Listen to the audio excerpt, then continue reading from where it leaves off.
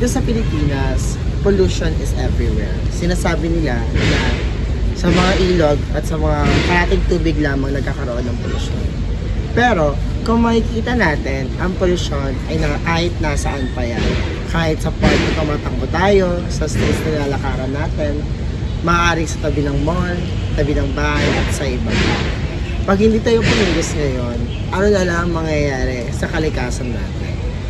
Yung ganda ng kalikasan natin patuloy na nasisira dahil sa polusyon ginagawa natin. Tayo rin ang dahilan kung bakit tayo binabaha. At dahil yon sa hindi natin pagtapon ng maayos na mga basura. What if ang pag-jogging natin ay malaking tulong pala sa ating kalikasan?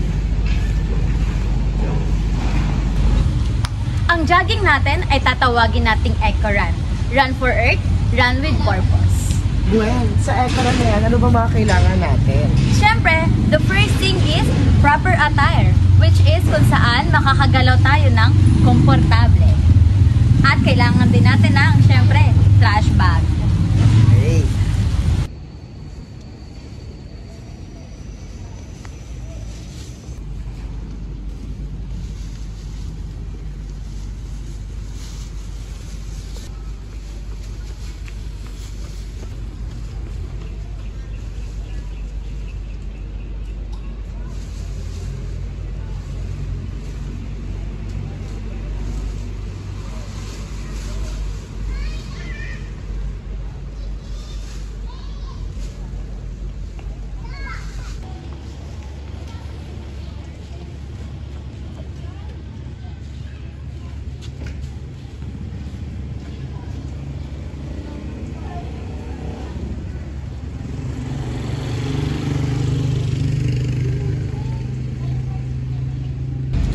Join our campaign and be one of us.